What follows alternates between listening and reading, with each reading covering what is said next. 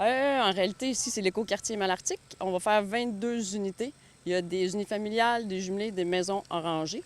Le projet, qui fait 17 000 mètres carrés, est conçu pour être le plus écologique et durable possible. La base, c'est l'orientation des maisons. Ce qu'on veut, c'est servir du soleil autant l'été qu'hiver. Donc, on est tout orienté sud ici.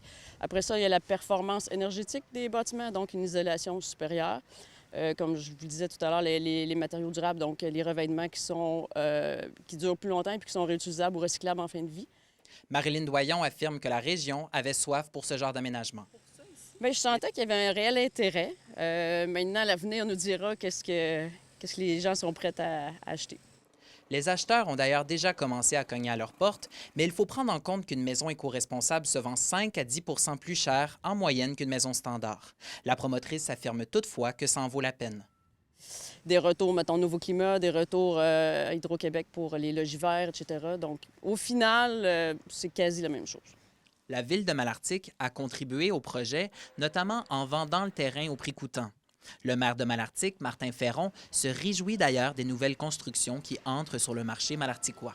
Et quelques résidences. Cette année, quand même, près de 30 unités seront construites à Malartic. C'est une grosse année de construction au niveau résidentiel. Et plus les 32 logements l'année prochaine, on est déjà en avance un peu sur nos projections. On en est bien content.